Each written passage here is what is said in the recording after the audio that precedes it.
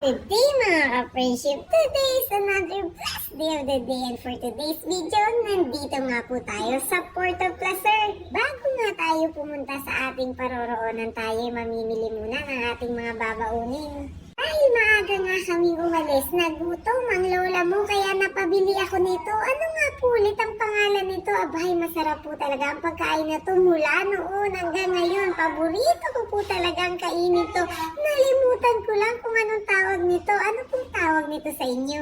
Paki-comment na lang po at mamimili pa nga tayo ng iba nating mga kailangan. Siyempre hindi mawawala ang ating pangmalakasang tuyo at bagoong. Aba naman, yan pa ba mawawala? Samahan na rin natin ng iba't ibang klase ng suman para meron tayong almusal. At thank you Lord po talaga dahil napakaganda ng weather ngayon. Ito talaga ang perfect weather para gumala. Saktong-sakto lang ang init. Dahil nung unang araw nga ng pagpunta namin dito, abay, napakalakas po talaga ng ulan. Buti na lang ngayon makulimlim nga po, pero paambon-ambon lang at pawala-wala rin naman po siya.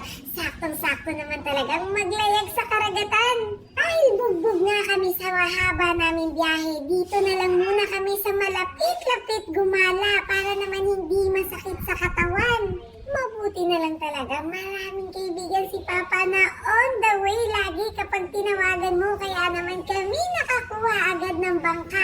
Ayaw pa nga magpabayad. Gas lang daw sapat na. Napakalakas talaga ni Papa sa kanila. Siyempre, bago tayo magbibinabad maligo dyan, tayo magkainan muna. Hindi talaga mawawala, diba? Sinabi ko sa inyo ang tuyo at bagoong kapag nandito talaga yan ang pinakamasarap kainin sa lahat. Bago natin umpisahan, siyempre, tayo magdasal muna at magpasalamat sa isang magandang pamamasyal na naman. Hindi talaga tayo pinapabayaan ni Lord at pinaganda niya ang panahon para sa atin. Kaya masaya-masaya naman talaga ang pag-stay natin dito. Kasama nga po pala natin yung mga kaibigan, mga inaanak, mga dating kakilala ni Papa dun sa Kapantan. Dito na nga po kami sa Sagisig Island nagkita at medyo may kalakihan po talaga ang alon papunta dun sa kanila.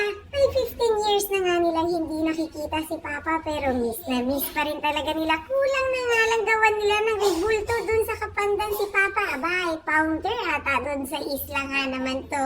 Pwede na nga tumakbong congressman, Charis. Diba, napaka-bless naman talaga namin dahil nakita pa namin ang paglubog ng magandang araw dahil akala namin yung buong pag-stay nga namin dito ay talagang maulan lang talaga siya. Pero as you can see, napakaganda po talaga at sinabayan pa talaga ng napakagandang isla na to.